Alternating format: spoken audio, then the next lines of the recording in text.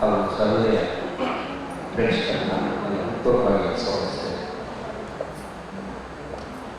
ಈ ದಿನ ನಮಗೆ ಅಂದರೆ ನಮ್ಮ ಕಲಾವಿದರು ಕೂಡ ಭಾಳ ಹಿರಿಯ ಅಧಿಕೃತರು ಅಭಿನಯಿಸಿದ್ದಾರೆ. ಇದರ ಬಗ್ಗೆ ನಮ್ಮ ಬೆಂಬಲ ಗೌರವ ಕಾರ್ಯದರ್ಶಿಗಳು ಒಂದೆರಡು ಮಾತಾಡಬೇಕು ನಾವು ಕೋರ್ತೀವಿ. ಎಲ್ಲರಿಗೂ ನಮಸ್ಕಾರ. ಈ ದಿನದ ನಾಟಕ ಕೋಮಲ ಗಾಂಧಾರ, ರಚನೆ ಶಂಕರಶೇಷ, ನಿರ್ದೇಶನ ಬೆಂಗಳೂರಿನ ಖ್ಯಾತ ನಿರ್ದೇಶಕರಾದಂಥ ವಿ ಅನಂತ ರಂಗಾಚಾರ್ಯ ಅವರು. ಈ ನಾಟಕದಲ್ಲಿ ಅಭಿನಯ ಮಾಡುವಂತಹವರು ನಮ್ಮ ಕ್ಲಬ್ಬಿನ ಹಿರಿಯ ಮತ್ತು ಖ್ಯಾತ ನಟರು. ಅವರ ಪಾತ್ರವರ್ಗ ಈ ರೀತಿದೆ: Sanjaya, H C Nagendra, Gandhari, Saraswati, Bhishma, J V Chandrashekar, Shakuni, K Prabhakar Babu, Dhritarashtra, A P Ramakrishna, Duryodhana, ನಮ್ಮ ಸಮಿತಿಯ ಸದಸ್ಯರಾದ ಕೆ ಎಸ್ ಮಂಜುನಾಥ್, ಪುರಜನರಲ್ಲಿ ಡಿ ವಿ ರಾಮದಾಸ್, ಸೂತ್ರಧಾರ Ramaiah, H Rajkumar, B C Vijayakumar, Prabhakar Siddhanti ಮತ್ತು ಸೀನಾ. ತೆರೆಯಿಂದ ಸಂಗೀತ ನಮ್ಮ ಕ್ಲಬ್ಬಿನ ಸದಸ್ಯರಾದ ಅದು ಬೆಂಗಳೂರಿನ ಖ್ಯಾತ ಸಂಗೀತ ನಿರ್ದೇಶಕರಾದಂತಹ ವಿ ಎನ್ ಅಶ್ವಥ್ ಅವರು. ಪ್ರಸಾದನ ಪನ್ನಸ್ವಾಮಿ, ರಂಗಸಜ್ಜಿಕೆ ಎಚ್ ರಾಜ್ಕುಮಾರ್ ಮತ್ತು ಕೆ ಎನ್ ಅಶ್ವಥ್ ನಾರಾಯಣ್, ಬೆಳಕು ಜಿ ಹರೀಶ್ ಕುಮಾರ್, ವಸ್ತ್ರಾಲಂಕಾರ ರವೀಂದ್ರ ಕುಮಾರ್, ನಿರ್ವಹಣೆ ನಮ್ಮ ಕ್ಲಬ್ಬಿನ ಸದಸ್ಯರಾದ ಬನವಾಸಿ ಕೃಷ್ಣಮೂರ್ತಿಯವರು. ಈ ಕೆಲವೇ ಕ್ಷಣಗಳಲ್ಲಿ ನಾಟಕ ಪ್ರಾರಂಭವಾಗಲಿದೆ. ಎಲ್ಲರೂ ದಯವಿಟ್ಟು ತಮ್ಮ ಮೊಬೈಲ್ ಸ್ವಿಚ್ಗಳನ್ನು ಆಫ್ ಮಾಡಬೇಕು. ಯಾಕಂದರೆ ಇದು ತುಂಬ ಪ್ರಾಬ್ಲಮ್ ಕ್ರಿಯೇಟ್ ಮಾಡ್ತಾ ಇದೆ. ಯಾರು ಮುಂದೆ ಕುಳಿತುಕೊಂಡು ದೂರ ಮಾತಾಡ್ತಾ ಇದ್ರು, ದಯಮಾಡಿ ಎಲ್ಲರೂ ತಮ್ಮ ಮೊಬೈಲ್ಸ್ನ ಸ್ವಿಚ್ ಆಫ್ ಮಾಡಬೇಕಂತ ಕೊಡ್ತೇನೆ. ಇನ್ನು ಕೆಲವೇ ಕ್ಷಣಗಳಲ್ಲಿ ನಾಟಕ ಪ್ರಾರಂಭ. ಮಹಾಭಾರತದ ಪಾತ್ರಗಳಿಗೆ ಕ್ಷೇತ್ರಗಳಲ್ಲಿ ಅಲ್ಲಿಯ ಘಟನೆಗಳು, ಪಾತ್ರಗಳು ಇಂದಿಗೂ ಎಂದೆಂದಿಗೂ ಪ್ರಸ್ತುತ ಮತ್ತು ಜೀವಂತ ಎಂಬುದನ್ನು ಲೇಖಕರು ಅತ್ಯಂತ ಪರಿಣಾಮಕಾರಿಯಾಗಿ ಚಿತ್ರಿಸಿದ್ದಾರೆ. ಕೋಮಲಗಾಂಧಾರ. ಈಗ ನಾಟಕ ಕೋಮಲಗಾಂಧಾರ ರಚನೆ ಶಂಕರಶೇಷ, ಕನ್ನಡಕ್ಕೆ ಅನುವಾದಿಸಿದವರು ಮಸೂರ್ ಕೃಷ್ಣಮೂರ್ತಿ, ನಿರ್ದೇಶನ ವಿ ಅನಂತ ರಂಗಾಚಾರ್ಯ. ನಾಟಕ ಕೋಮಲಗಾಂಧಾರ.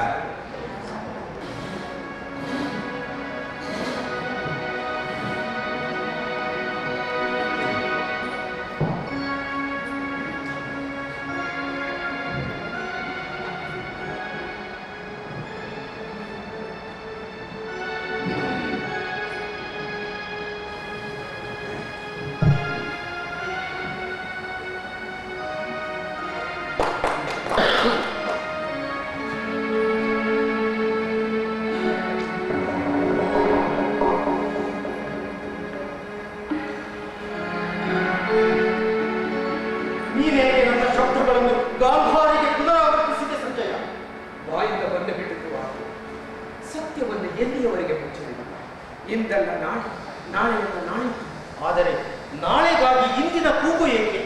ಏಕೆಂದರೆ ಅದು ನಾಳೆಗೆ ಹೊರಗಾಗಬಾರದು ಎಂದು ಗಾಂಧಾರಕ್ಕೆ ಹೋಗುವ ಮುನ್ನೊಂದು. ಇದರ ಬಗ್ಗೆ ನಿಮಗೆ ಸೂಚನೆಯನ್ನು ಕೊಡಿ. ಗಾಂಧಾರದ ಗಡಿ ಚಿಹ್ನೆಗೆ ಅಂತಿಮ ಪ್ರಣಾಮ ಎಂಬ ಮಾತಿನ ಪ್ರಭಾವವೇನಾಯಿತು ಅವಳ ಮೇಲೆ ಬೆಚ್ಚಿಬಿದ್ದರು. ಅಂದರೆ ಹೆದರಬೇಕು. ಸತ್ಯದ ಸುಳಿವು ಆಗಿಲ್ಲ ಅವಳು. ಆದರೆ ನಿಮ್ಮ ಈ ಮಾತುಗಳು ಅವಳ ಮೇಲೆ ಬಂಡೆಯಿಟ್ಟರು. ಅದು ಸಹಜ. ಇಷ್ಟೊಂದು ನಿರುದ್ವೇಗ, ಇಷ್ಟೊಂದು ನಿಸ್ಸಂಗ, ಅನ್ಯಾಯ ಮಾಡಿದ ಮೇಲೆ ಇಷ್ಟೊಂದು ಶಾಂತಿ, ಇದು ಅನೀತಿ ಅಲ್ಲವೇ ಆರ್ಯ?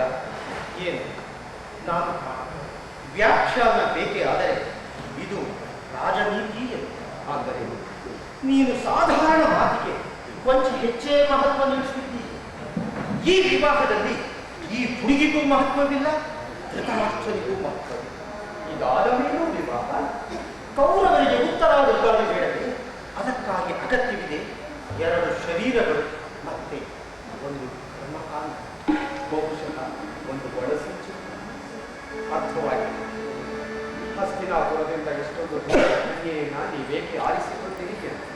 ಬೇರೆ ದಾರಿಯೇ ಇರಲಿಲ್ಲ ಸಂಜಯ್. ಮತ್ತು ಗಾಂಧಾರದಂತಹ ಪುಟ್ಟ ರಾಜ್ಯಕ್ಕೆ ನಿಮ್ಮ ಮಾತನ್ನು ತಳ್ಳಿ ಹಾಕುವ ಸಾಹಸವಾದರೂ ಹೇಗೆ ಬಂದಿದೆ? ಏನು ಹಿಂದಿನ ಘಟನೆಗಳನ್ನು ಹೇಗೆ ಬಂದಿದೆ? ಅಂಬರೀಷ, ಅಂಬಿಕೆ, ಅಂಬಾಲಿಕೆಯನ್ನು ನೋಡಿ ಆ ಕ್ರಮ ಇವುಗಳು ಯಾವುವು ನಿಮ್ಮನ್ನು ಹೆದರಿಸುವುದಿಲ್ಲವೇ? ಯಾಕೆ ಹೆದರಿಸುವುದಿಲ್ಲ? ಶಾಪಗ್ರಸ್ತ ಜೀವನವೇ ನನ್ನ ಹಣೆಯ ಬರಹ. ಜೀವನ ಸಂಕಷ್ಟಕ್ಕೆ ತಾನೇ ಎಂದಿಗೂ ಶಾಪಗ್ರಸ್ತವಾಗುವುದಿಲ್ಲ. ಸ್ವಲ್ಪ ಜನ ಬಹುಪಾಲು ಜನರ ತಾಯಿಯೇ ಜೀವನವನ್ನು ಶಾಪಗ್ರಸ್ತವನ್ನಾಗಿ ಮಾಡಿಬಿಡುತ್ತಾರೆ. ನಂತರ ತಾವೇ ನ್ಯಾಯವನ್ನು ಹುಡುಕಿಕೊಳ್ಳಬಹುದು. ಸಂಜಯ, ಹಾಗಾದರೆ ಧೃತರಾಷ್ಟ್ರನನ್ನು ಅವಿವಾಹಿತನನ್ನಾಗಿ ಇರುತ್ತದೆ. ಇರಲಿ ಬಿಡಿ, ಏನಾಗುತ್ತದೆ ಈಗ? ಗುರುವಂಶ ಕೊನೆಗೊಳ್ಳುವುದಿಲ್ಲವೇ? ಕೊನೆಗೊಳ್ಳಲೇ ಬಿಡಿ. ಅದನ್ನು ಉಳಿಸಿಟ್ಟುಕೊಳ್ಳಲು ನೀವೇನು ಗುತ್ತಿಗೆಯನ್ನು ಹೊಂದಿಲ್ಲ. ಹಾಗೆ ಯಾವ ವಂಶ ತನ್ನ ಆಂತರಿಕ ಶಕ್ತಿಯಿಂದ ತನ್ನನ್ನು ಉಳಿಸಿಕೊಳ್ಳಲಾರದೆ ಹೋಗುತ್ತದೆಯೋ ಅಂತಹದನ್ನು ನೀವು ಉಳಿಸಿಟ್ಟರೆ ಉಳಿದಿದ್ದೇನೆ. ನಿನಗೆ ಅರ್ಥವಾಗುವುದಿಲ್ಲ ಸಂಜಯ್. ನಾನು ಅರ್ಥ ಮಾಡಿಕೊಳ್ಳ ಬಯಸುತ್ತೇನೆ. ರಾಜಕೀಯ ಮನುಷ್ಯನ ತನ್ನ ತನಕ್ಕೆ ಅಸ್ತಿತ್ವವನ್ನೇ ನುಂಗಿ ಬಿಡುವುದು ನನಗೆಂದಿಗೂ ಹಿಡಿಸುವುದು ಅರ್ಥವಾಗುತ್ತದೆ. ಪ್ರತಿಯೊಬ್ಬ ಅಂಗಹೀನ ಕುರುಡನಿಗೂ ಮದುವೆಯಾಗಲೇಬೇಕಾದ ಅಗತ್ಯವಿದೆ. ರಾಜಕೀಯದ ಅಗತ್ಯವಿಲ್ಲ. ಆದರೆ ಒಂದು ವಿಷಯವನ್ನು ನೀವು ನೆನಪಿನಲ್ಲಿಟ್ಟು, ಈ ಹುಡುಗಿ ಕಾಶಿರಾಜನ ಹೆಣ್ಣು ಮಕ್ಕಳಿಗಿಂತ ತೀರಾ ಆ 3 ಜನ ಹುಡುಗಿಯರು ಯುದ್ಧದಲ್ಲಿ ಗೆದ್ದ ವಸ್ತುಗಳಾಗಿದ್ದರು. ಆದರೆ ಈಕೆ ಈಗ ಹಿಂದಿರುಗುವುದು ಸಾಧ್ಯವಿಲ್ಲ. ಹಾಗಾಗಿ ಧೃತರಾಷ್ಟ್ರದ ಮದುವೆ, ಅವನು ಮದುವೆಯನ್ನಲ್ಲದೆ ಬೇರೆ ಏನನ್ನು ಮಾಡಿಕೊಳ್ಳಬಲ್ಲ. ಮತ್ತೆ ನನ್ನ ಉದಾಹರಣೆ, ಅವನು ಕುರುಡ, ನಾನು ಅಲ್ಲ. ಇದರಿಂದ ಏನು ಅಂತರ ಉಂಟಾಗುತ್ತದೆ? ಆರ್ಯ, ತುಂಬಾ ಅಂತರ ಉಂಟಾಗುತ್ತದೆ ಸಂಜಯ್. ಕುರುಡನ ಬಳಿ ಇರುವುದಿಲ್ಲ. ಅವನು ಕಾಣಲಾರ ತನ್ನ ಮಾತಿನ ಪ್ರತಿಕ್ರಿಯೆಯನ್ನು ಬೇರೆಯವರ ಮುಖದ ಮೇಲೆ, ಅವನು ಬಾಚಿಕೊಳ್ಳಲಾರ ಪ್ರೇಮವನ್ನು, ಮತ್ತೆ ಕೆರಳಿಸಲಾರ ತಿರಸ್ಕಾರವನ್ನು, ವಿದ್ವೇಷ. ಅವನಿಗೆ ಸಹಾನುಭೂತಿ ಸಿಕ್ಕುವುದಿಲ್ಲವೇ? ಯಾಕೆ ಸಿಕ್ಕುವುದಿಲ್ಲ ಸಂಜಯ? ಕುರುಡನಿಗೆ ಬೇಕಾಗಿಲ್ಲ ಸಹಾನುಭೂತಿ. ಅವನಿಗೆ ಬೇಕು ಆತ್ಮೀಯತೆಯ ಗಂಧ ಹಾಗೂ ಸ್ಪರ್ಶ ತುಂಬಿದ ಶರೀರ. ಅವನಿಗೆ ಬೇಕು ಒಂದು ಮೂಳೆ ಮಾಂಸ ತುಂಬಿದ ಉರುಗು. ಅಥವಾ ನಿಮ್ಮಲ್ಲಿ ಉಳಿದಿರುವುದು ಒಂದೇ ಅಂಗಹೀನರ ಉದ್ಧಾರ.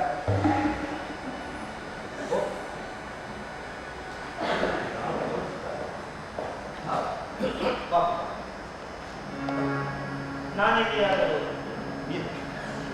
ಅಂಥದ್ದೇನು ಹವಾಮಾನದ ಬಗ್ಗೆ ಮಾತನಾಡುತ್ತಿದ್ದೆವು. ಗಾಳಿಗೆ ಚಲನೆಯೇ ಇಲ್ಲ.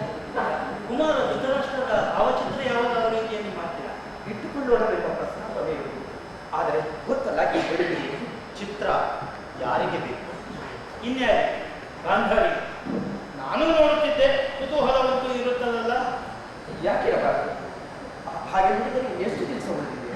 ಹಸ್ತಿನಾಪುರ ತಲುಪಿದ ಕೂಡಲೇ ಹಾಗೆ ನೋಡಿದರೆ ಚಿತ್ರವೇನು ನಮ್ಮ ಬಳಿಗೆ ಇರಬೇಕಾಗಿತ್ತು ಅಲ್ಲವೇ ಮಹಾರಾಜ? ಈಗ ಇಲ್ಲದಿದ್ದರೆ ಏನಂತ ಬಿಡಿ, ನಾನು ಗಾಂಧಾರಿಗೆ ಸಮಾಧಾನ ಮಾಡುತ್ತೇನೆ. ನಾಳೆ ಮುಂಜಾನೆ ಎಷ್ಟು ಹೊತ್ತಿಗೆ ಇಲ್ಲಿಂದ ಹೊರಡುವುದು? ಸೂರ್ಯನ ಪ್ರಥಮ ಕಿರಣದೊಂದಿಗೆ. ಸರಿ.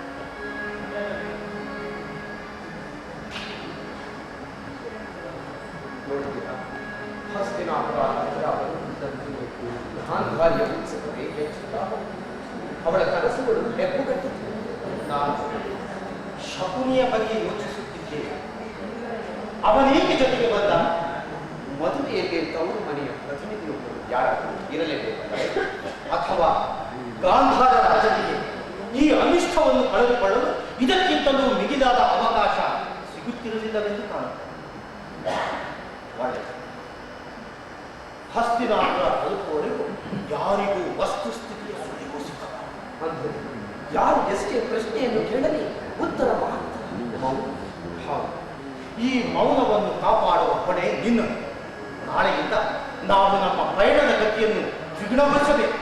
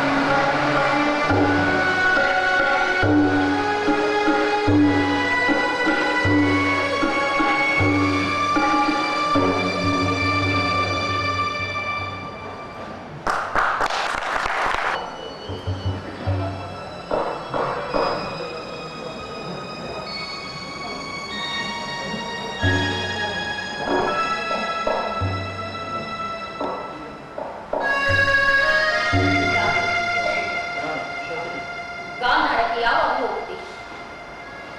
ಈಗ ನನ್ನ ಮದುವೆ ಮುಗಿ ಗಾಂಧಾರದ ಪ್ರಾತಿನಿಧ್ಯವನ್ನು ಮಾಡಲಿಲ್ಲ. ತಂದೆಯವರು ಇಲ್ಲಿಯ ವಿಷಯ ಕೇಳಲು ಕಾತುರಾಗಿದ್ದಾರೆ. ಇಲ್ಲ, ನಾನು ಹಿಂತಿರುಗಿ ಹೋಗುವುದಿಲ್ಲ. ಯಾಕೆ? ಹಸ್ತಿನಾಪುರ ನಿನಗೆ ಅಷ್ಟೊಂದು ಹಿಡಿಸಿದೆ, ಅಥವಾ ರಾಜನ ಭಾವ ಮೈದುನ ಎನ್ನಿಸಿಕೊಳ್ಳುವುದರಲ್ಲಿ ಗೌರವ? ಇಲ್ಲ, ಇಲ್ಲಿಯ ದ್ಯೂತ ಗೃಹಗಳು ಗಾಂಧಾರಕ್ಕಿಂತಲೂ ಚೆನ್ನಾಗಿತ್ತು. ನನ್ನ ಮಾತು ಕೇಳು, ಹಿಂದಿರುಗಿ. ತಂದೆ ಇರುವ ತನಕ ನೀನೆಂದಿಗೂ ರಾಜನಾಗದೇ ಇರಬಹುದು. ಆದರೆ ಏನಾಗುವ ನಮ್ಮನೆಲ್ಲ ನಮ್ಮದಲ್ಲದೆ. ರಾಜ್ಯಮಾನ ಎಂದೂ ಇರಲಿಲ್ಲ. ನಾನು ಮಾಡಿದ್ದೇನೆ, ನಾನು ಇದರಿಂದ ಕಾಲ ತೆಗೆಯುವುದು. ಅಂದರೆ ಎಲ್ಲರ ಮುಂದೆ ನಿನ್ನ ಹಾಗೆ ನಾನು ಪ್ರತಿಜ್ಞೆ ಮಾಡುವುದಿಲ್ಲ. ಹಾಗೆ ಮಾಡಿದರೆ ಅದರ ಅರ್ಥವೇ ಸೋತು ಹೋಗಿದೆ. ನಾನು ಮೌನ ಪ್ರತಿಜ್ಞೆ ಮಾಡಿದ್ದೇನೆ, ಇದರಿಂದ ಕಾಲ ತೆಗೆಯುವುದು. ಯಾಕೆ? ನಿನ್ನ ಪ್ರತಿಜ್ಞೆಯ ಸಹಜ ಪರಿಣಾಮ. ಎಲ್ಲವನ್ನು ಮೊದಲೇ ತಿಳಿದಿದ್ದು ಗಾಂಧಾರದಲ್ಲೇ ಯಾಕೆ ಹೇಳಲಿಲ್ಲ ನನಗೆ ನಿಜದ ಸರಿ? ದಾರಿಯಲ್ಲಿ ಬರುವ ಒಂದು ಮಾತು ಅದನ್ನು ಬಳಸಿದ ಒಂದು ಭಾಗವಾಗಿದೆ. ಈಗ ಈ ರೀತಿ ಆರೋಪ ಬರುತ್ತೆ ಅಂತ ನನಗೆ ಮೊದಲೇ ಗೊತ್ತಿದೆ. ನೀನೇ ಯಾಕೆ? ನಿನ್ನ ಸ್ಥಾನದಲ್ಲೇ ಬೇರೆ ಯಾರೇ ಇದ್ದರೂ ಇದೇ ರೀತಿ ಆರೋಪ ಹೊರಿಸುತ್ತಿದ್ದರೂ ನನ್ನ ತಡೆಯಲ್ಲ. ಆದರೆ ಸತ್ಯ ತೀರ ಭಿನ್ನ ಕಾಂತಾರಿ. ಮತ್ತದೇ ಸುಳ್ಳು ಆರೋಪ. ಅಂದ್ರೆ ನಿನಗೆ ಮೊದಲಿನಿಂದಲೂ ಏನು ಗೊತ್ತಿರಲಿಲ್ಲವೇ ಶ್ರೀ? ಅದಕ್ಕೆ ಅಲ್ಲವೇ ನಿಮ್ಮ ತಂದೆಯವರಿಗೆ ನನಗೆ ಸಾಕ್ಷಾತ್ ಭಾವನೆ. ನಾನು ಭೀಷ್ಮನ ಮೇಲೆ ತಪ್ಪು ಹೊರಿಸುವುದಿಲ್ಲ, ಆತನಿಗೆ ಅಗತ್ಯ. ಆದ್ದರಿಂದ ಕಣ್ಣ ಮುಂದೆ ಒಳ ಸಂಚಲನದ ಬೇರೆ ಹಾದಿಯೇ ಇರಲಿಲ್ಲ. ನನ್ನ ತಂದೆ ಹೇಗೆ ಭಾಗಿಯಾದ ತನ್ನ ಸಂತತಿಯ ವಿರುದ್ಧ ರಚಿತವಾದ ಈ ಒಳಸಂಚಿನಲ್ಲಿ ಅವನೇಗೆ ಇಂಥ ಹೀನ ಕಾರ್ಯ ಮಾಡಿದ? ಅವರಿಗೆ ನನಗೆ ಬೇರೆ ಒಳಗಡೆ ರಾಜಕೀಯ ಮನುಷ್ಯನನ್ನು ಇಷ್ಟು ಕೆಳಕ್ಕೆ ತಳ್ಳುವುದು. ಹಾಗಾಗಿ ನಾನು ಮೊದಲೇ ಒಂದು ದಾಸನಿರುವುದು. ಆದರೆ ನಿಜಕ್ಕೂ ನಿನಗೆ ಏನು ಗೊತ್ತಿದ್ದರೆ ನನಗೆ ಇಲ್ಲಿಯವರೆಗೂ ಬರಲು ಬಿಡುತ್ತಿದ್ದೇನೆ. ಮೃಳುತ್ತಿರುವ ಭೀಷ್ಮ ಹಾಗೂ ಸೈನಿಕರ ತಲೆಗಳು ಅಡ್ಡ ಬಂದಿದ್ದರೆ ಅವರನ್ನು ನಾವು ಸೋಲುತ್ತಿದ್ದೇವೆ. ಆದರೆ ಪ್ರತಿಭಟನೆಯೇ ಇಲ್ಲದೆ ರಾಜಿ ಮಾಡಿಕೊಂಡು ಅಭಿಪ್ರಾಯ ಮಾಡಿದ ಕಳೆದ ಗಾಂಧಾರಕ್ಕೆ ತಗೊಂಡಿದ್ದೆ. ಈಗ ಯಾವ ಊರಿಗೆ ಹೋಗುದು? ನನ್ನ ಜನರಿಗೆ ಏನೆಂದು ಹೇಳಲಿ? ಯಾಕೆ? ಕಣ್ಣಿಗೆ ಪಟ್ಟಿ ಕಟ್ಟಿಕೊಂಡು ನಿನ್ನ ನೈತಿಕ ಸಮಸ್ಯೆಯನ್ನು ನಾನು ಪರಿಹರಿಸಿಲ್ಲವೇ? ಗಾಂಧಾರಕ್ಕೆ ಈಗ ಒಬ್ಬ ಮಹಾಸತಿಯನ್ನು ಸೃಷ್ಟಿಸಿದ ಗೌರವ ಸಂದಿಲ್ಲವೇ? ಈಗ ನಿನ್ನನ್ನು ಪ್ರಶ್ನಿಸುವ ಅಧಿಕಾರ ಯಾರಿಗೆ? ಗಾಂಧಾರಿ, ಜನ ನಮ್ಮದಲ್ಲ, ತಮ್ಮ ಭಾವನೆಗಳಲ್ಲಿ ನಂಬಿಕೆಗಳಲ್ಲಿ ಬದುಕುತ್ತಾರೆ. ಚತುರಮತಿಗಳಾದ ಜನರಿಗೆ ಎಂದೂ ಕೊರತೆ ಇಲ್ಲ. ಜನ ನೇರವಾಗಿ ಕೇಳುತ್ತಾರೆ. ಧೃತರಾಷ್ಟ್ರನ ಕುರುಡು ಗಾಂಧಾರಿಗೆ ಮೊದಲೇ ಗೊತ್ತಿದ್ದರೆ ಗಾಂಧಾರದಲ್ಲೇ ಯಾಕೆ ಕಣ್ಣಿಗೆ ಪಟ್ಟಿ ಕಟ್ಟಿಕೊಳ್ಳಲಿಲ್ಲ? ತಂದೆಯವರು ಧೃತರಾಷ್ಟ್ರನ ತೇಜಸ್ಸು ಸೌಂದರ್ಯದ ಬಗೆಗೆ ಹಲವಾರು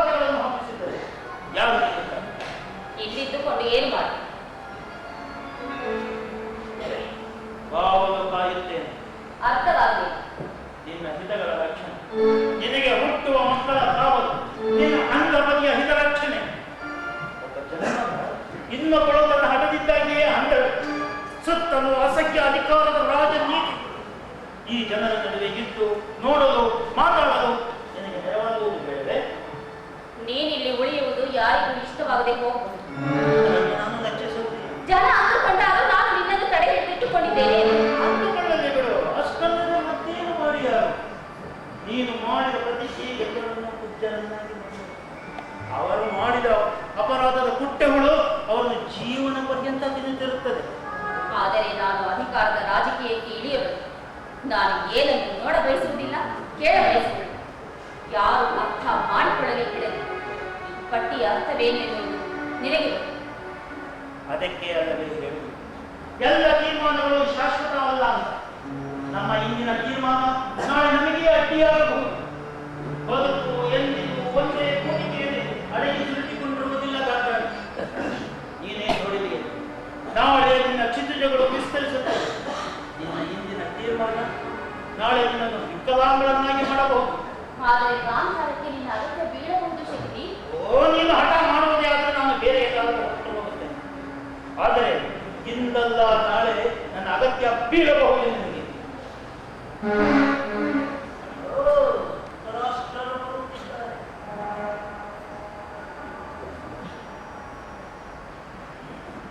ಇಷ್ಟು ಔದಾಸೀನ್ಯವಾದರೆ ಬದುಕನ್ನು ಕಳೆಯುವುದಾದರೂ ಹೀಗೆ. ಜನ ನಿನ್ನಂತಹ ಪತಿವ್ರತ ಸ್ತ್ರೀಯನ್ನು ಕೊಂಡು ಧನ್ಯರಾಗಿದೆ. ನಗರದ ಜನರೆಲ್ಲ ನಿನಗೆ ಹೇಗೆ ಮಾಡುತ್ತಾರೆ. ಗುರು ವಂಶ ಯಥಾರ್ಥವಾಯಿತು.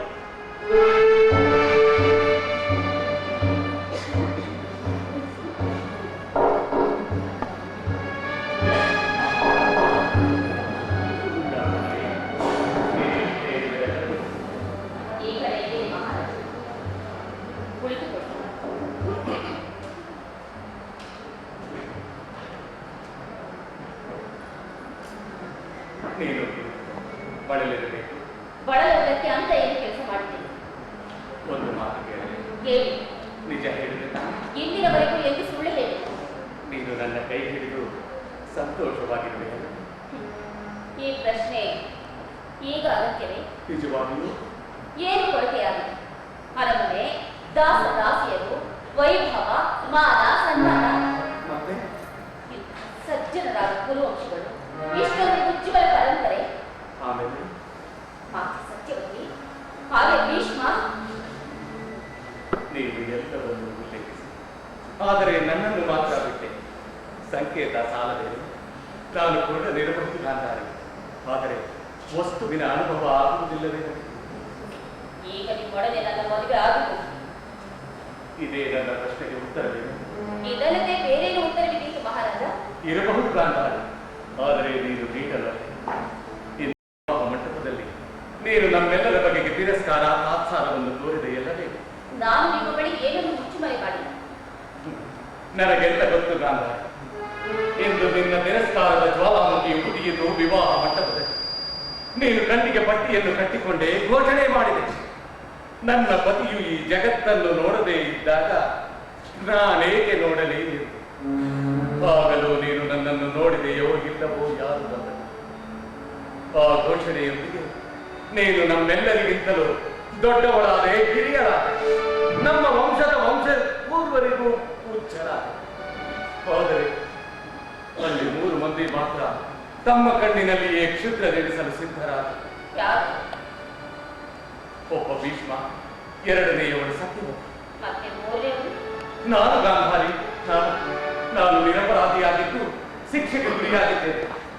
ಹೇಳು ಗಾಂಧಾರಿ, ನನ್ನ ಅಂಧತ್ವಕ್ಕೆ ನಾನು ಹೇಗೆ ಹೊರಡಾದ? ನನ್ನಿಂದ ಸತ್ಯವನ್ನು ಯಾಕೆ ಮರೆ ಮಾತನಾಡಿತು? ನಾನಂತೂ ಮಾತಾಡಿಲ್ಲ. ಈ ವಂಶದ ಸೊಸೆಗೆ ಸತ್ಯವನ್ನು ತಿಳಿಯುವ ಅಧಿಕಾರವಿದೆ. ಗಾಂಧಾರದಲ್ಲಿ ಹೇಳದಿದ್ದರೆ ಹೋಗಿ, ಇಲ್ಲಿಗೆ ಬಂದ ಮೇಲಾದರೂ ಎಲ್ಲರೂ ಯೋಜನಾಬದ್ಧರಾಗಿ ಹಂಚಿಕೆ ಹಾಕಿಕೊಂಡು ಅನ್ಯಾಯ ಮಾಡುತ್ತಿರಲ್ಲವೇ? ಹೆಣ್ಣಿನ ಸ್ವಾಭಿಮಾನಕ್ಕೇನು ಅರ್ಥವೇ ಇಲ್ಲವೇ? ನಿಮ್ಮ ಕುಟುಂಬದಲ್ಲಿ ಅವರಿಗೆ ಯಾವ ಅಸ್ತಿತ್ವವೂ ಇಲ್ಲವೇ? ಭೀಷ್ಮ ನಿನಗೇನನ್ನು ಹೇಳಲಿಲ್ಲವೇ? ಇಲ್ಲ. ಮಾತೆ ಸತ್ಯವತಿ? ಇಲ್ಲ. ಯಾವ ವಿಷಯ ನನ್ನ ಕಿವಿ ಪುಟ್ಟಿಸದಂತೆ ಮಾಡಿ ಕಡೆಗೆ ನೀವು ಹೇಳಲಿಲ್ಲ. ಇದು ಹೇಗೆ ಸಾಧ್ಯ ಗಾಂಧಾರಿ? ನಾನು ಇವರೆಲ್ಲರಿಗೂ ಹೇಳಿರಬಹುದು, ಆದರೆ ನನಗೆ ಯಾರು ಹೇಳಲಿಲ್ಲ.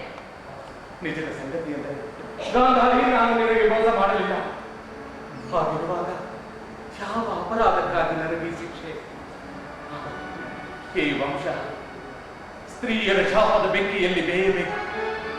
ಇದರ ನಿಯತಿಯನ್ನು ಯಾರೂ ಬದಲಿಸಲಾರರು, ಯಾರೂ ಬದಲಿಸಲಾರರು. ಛೇ, ಇನ್ನು ನಾನು ಈ ಪ್ರಪಂಚವನ್ನು ನೋಡಬೇಕಿಲ್ಲ. ನೋಡಿದಷ್ಟು ಸಾಲದೇನು, ಎಲ್ಲೆಲ್ಲೂ ಕ್ಷುದ್ರತೆ, ಸೋಗು, ಸುಳ್ಳು, ಕಟಕಟ, ದಾಂಭಿಕತೆ. ಸೌಮ್ಯ ಮೊದಲಗಳ ಹಿಂದೆ ತೋಳಗಳ ವಿಕರಾಳು. ಕೌರವರಿಗೆ ರಾಜರತ್ನ ಒಂದು ಶರೀರ ಬೇಕಾಗುತ್ತದೆ. ರಾಜರತ್ನವುಳ್ಳ ಇನ್ನೊಂದು ಶರೀರವನ್ನು ಹೊಂದಿಸಬಲ್ಲ ಶರೀರ. ಹೇಳಿ, ಇದಕ್ಕಿಂತ ಮಿಗಿಲಾಗಿ ನನ್ನ ಅಸ್ತಿತ್ವವನ್ನು ನಿಮ್ಮ ಈ ಮಹಾಕುಲ ಒಪ್ಪಿಕೊಂಡಿದೆಯೇ? ನೀನು ಕುಲವನ್ನು ಮದುವೆಯಾಗಿರುವೆಯೋ ಅಥವಾ ವ್ಯಕ್ತಿಯನ್ನು? ವ್ಯಕ್ತಿಗೆ ತನ್ನದೇ ಆದ ಯಾವ ಸಂದರ್ಭವೂ ಇರುವುದಿಲ್ಲವೇನು? ಇಲ್ಲವೆಂದು ನಾನು ಯಾವಾಗ ಹೇಳಿ? ಇಚ್ಛೆಯೇನೋ ಆಯಿತು. ವಿವಾಹ ಮಂಟಪದಿಂದ ಎದ್ದು ನೇರವಾಗಿ ಆಚೆಗೆ ಹೋಗಿದ್ದೋಳು. ಹಾಗೆ ನಾನು ಮಾಡಿದ್ದರೆ ಹೆಣ್ಣಿನ ಮುತ್ತಿಗೆ ಒಂದು ಹೊಸ ದಿಕ್ಕು ಲಭಿಸುತ್ತಿತ್ತೋ ಎಂದು. ಆದರೆ ನಾನು ಹಾಗೆ ಮಾಡಲಾರದೆ. ನಾನು ನನ್ನ ತಿರಸ್ಕಾರವನ್ನು ಕೇವಲ ವೈಯಕ್ತಿಕವಾಗಿ ಅದಕ್ಕೆ ವಿರೋಧದ ಸಾರ್ವಜನಿಕ ಭಾಷೆ ಕೊಡಲಾಗದು. ಗಾಂಧಾರಿ, ನಾನು ಘಂಟಾಘೋಷವಾಗಿ ಹೇಳುತ್ತೇನೆ. ಗಾಂಧಾರಿಯು ನಾನು ಹೇಳಿದ ಮೇಲೆ ಪಟ್ಟಿ ಬಿಚ್ಚಿದ್ದಾಳೆ ಎಂದು. ಈ ಪಟ್ಟಿಯನ್ನು ಕರೆಸಿಬಿಡು ಗಾಂಧಾರಿ. ಇಲ್ಲ ಮಹಾರಾಜ, ಜನರ ಕಣ್ಣಿನಲ್ಲಿ ನಾನು ನಿಮ್ಮನ್ನು ಸಣ್ಣವರನ್ನಾಗಿ ಮಾಡಲು ಇಷ್ಟಪಡುವುದಿಲ್ಲ. ಇಷ್ಟೊಂದು ತೀವ್ರ ಬೇರಿನ ಕಟುತ್ವ, ಇಷ್ಟೊಂದು ತೀಕ್ಷ್ಣ ಬೇರಿನ ಸೇವೆ. ಸರಿ, ಎಂದಿಗೂ ಮುಗಿಯದ ತಿರಸ್ಕಾರದ ಭಾವನೆಯಲ್ಲಿ ನೀನು ಬದುಕಲು ನಿಶ್ಚಯಿಸಿದರೆ ನಾನೇನು ತಾನೇ ಮಾಡಬಲ್ಲೆ ಗಾಂಧಾರಿ, ನಾನೇನು ತಾನೇ ಮಾಡಬಲ್ಲೆ. ಆದರೆ ಕೊನೆಯ ವಿಶ್ಲೇಷಣೆಯಿಂದ ಏನು ತೀರ್ಮಾನವಾಗುತ್ತದೆ ಬಲ್ಲೆಯ? ನೀನು ನನ್ನ ಮೇಲೆ ಅಥವಾ ನನ್ನ ವಂಶದ ಮೇಲೆ ಸೇರಿ ತೀರಿಸಿಕೊಳ್ಳುತ್ತಿಲ್ಲ, ನೀನು ನಿನ್ನ ಮೇಲೆ ಸೇರಿ ತೀರಿಸಿಕೊಳ್ಳುತ್ತಿಲ್ಲ. ಈ ಹೊತ್ತುಕೊಂಡ ತಂದುಕೊಂಡ ಅಂಧತ್ವ ನೋಡುವೆ, ಜಗತ್ತಿನ ನಾಗಾಲೋಕದಲ್ಲಿ ನಿನ್ನನ್ನು ಹಿಂದಕ್ಕೆ ತಳ್ಳುತ್ತದೋ ಇಲ್ಲವೋ? ಬಹುಶಃ ನನ್ನನ್ನು ಕೂಡ ನೀನು ಯಾವಾಗಲೇ ಏನನ್ನಾದರೂ ಮಾಡಲು ಹೋದರೆ ಈ ವಿಕಲಾಂಗತೆ ನಿನಗೆ ಅರ್ಥ ಬರುತ್ತದೆ. ನನ್ನದೇನು ಇತಿಹಾಸ ನನ್ನ ತಪ್ಪುಗಳನ್ನು ಅಂತತ್ವದ ಹೆಸರಿನಲ್ಲಿ ಕ್ಷಮಿಸಿ ಬಿಡುತ್ತದೆ. ನಿನ್ನನ್ನು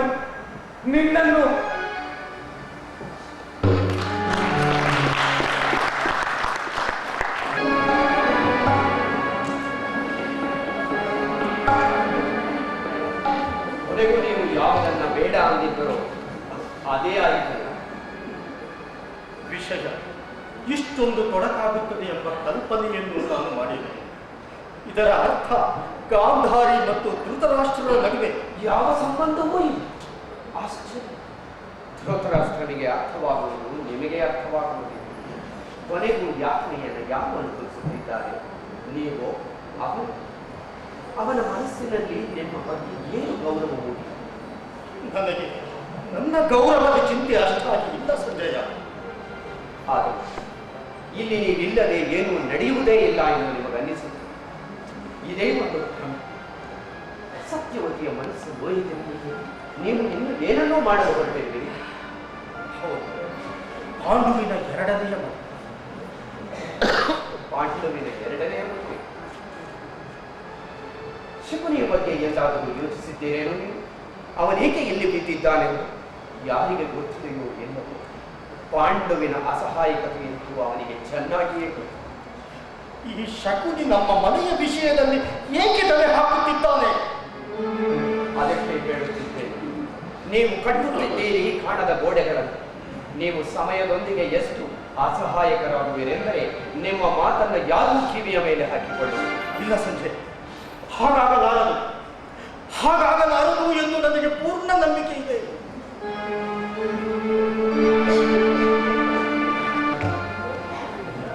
ಶಕುನಿ, ಪಾಂಡು ಕುಂತಿ ಮತ್ತು ಮಾತ್ರೆಯರನ್ನು ಕರೆದುಕೊಂಡು ಕಾಡಿಗೆ ಹೋದ. ಪಾಂಡುವಿಗೆ ಅವನ ಅಸಹಾಯಕತೆಯ ಅನುಭವ ದಿನೇ ದಿನೇ ತೀವ್ರವಾಗಲು ಮಾನಸಿಕ ಹೊರೆ ಪ್ರಾಣ ತೆಗೆದುಕೊಳ್ಳುವಂತಿತ್ತು. ನನಗೆ ಗೊತ್ತಿತ್ತು ಈ ಹೊರೆ ಹೊತ್ತುಕೊಂಡು ಹೆಚ್ಚು ದಿನ ಹೋಗಲು ಸಾಧ್ಯವಿಲ್ಲ.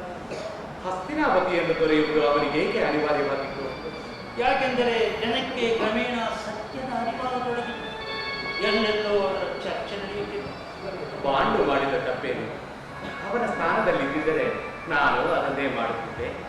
ಈಗ ನಾನು ನಿಮಗೆ ಹೇಗೆ ತಿಳಿಯ ಹೇಳಿ ಮಹಾರಾಜ, ಪಾಂಡು ಕಾಡಿನಲ್ಲಿ ತಪಸ್ಸು ಮಾಡಲು ಮಾತ್ರ ಹೋಗಿದ್ದ.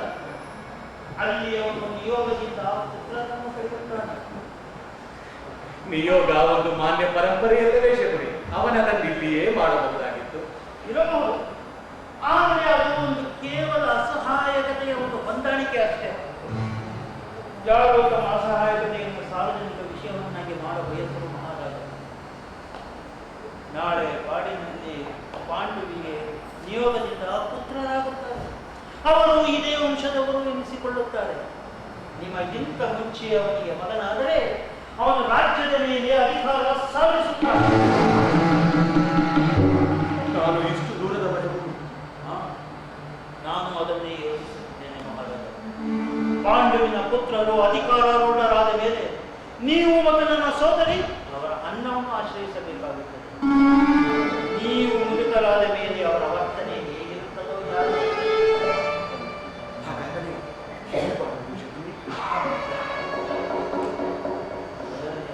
ಮೇಲಾಗಿ ನಿಮ್ಮನ್ನು ಅಧಿಕಾರದಿಂದ ಕೆಳಗೆ ತಳ್ಳುವುದು ಅವರಿಗೆ ಸಾಧ್ಯವಿಲ್ಲ. ಮೊದಲನೆಯದಾಗಿ ನೀವು ಮುದುಕರು, ಎರಡನೆಯದಾಗಿ ಅಪುತ್ರರು. ಹಾಗಾದರೆ ಭೀಷ್ಮ ನಮಗಾಗಿ ಏನನ್ನು ಮಾಡುವುದಿಲ್ಲ. ಯಾರ ಹೆಸರು ಹೇಳಿದ್ರಿ ಮಹಾರಾಜ? ಮಗ ಹುಟ್ಟಿದ ಕೂಡಲೇ ನ್ಯಾಯ ಪಾಂಡುವಿನ ಕಡೆ ಆಗುವುದು. ದಾಸಿಯ ಪುತ್ರ ಎಂದಿಗೂ ರಾಜನಾಗಲಾದ ಮಹಾರಾಜ. ಶಕುನಿ, ಹೇಗೆ ನನ್ನ ಮಾತು ನಿಮಗೆ ಕೆಟ್ಟದು ಎನಿಸಿದ್ದೇನು? ನಾನು ನಿಮ್ಮ ಮೇಲೆ ತಪ್ಪು ಹೊರಿಸುವುದಿಲ್ಲ. ನೀವು ನಿರೀಕ್ಷಿಸಿದ್ದನ್ನೆಲ್ಲ ನನ್ನ ಸೋದರಿಯ ನಿರೀಕ್ಷಿಸಿದ ದಾಸಿ ನಿಮಗೆ ಕೊಟ್ಟಳು ಬದುಕಲು ಸಹನೀಯವಾಗಿ ಮಾಡಲು ನಿಜ. ಆದರೆ ಅವಳ ಮಗನನ್ನು ನೀವು ರಾಜನನ್ನಾಗಿ ಮಾಡಲಾಗಿ. ನಾನೇನು ತಾನೇ ಮಾಡಬಲ್ಲೆ ಶಕುನಿ? ನನ್ನ ಮತ್ತು ಗಾಂಧಾರಿಯ ನಡುವಣ ಸಂಬಂಧ ನಿನಗೆ ಗೊತ್ತೇ ಇದೆ. ಅವಳ ತಿರಸ್ಕಾರ, ವಿದ್ವೇಷ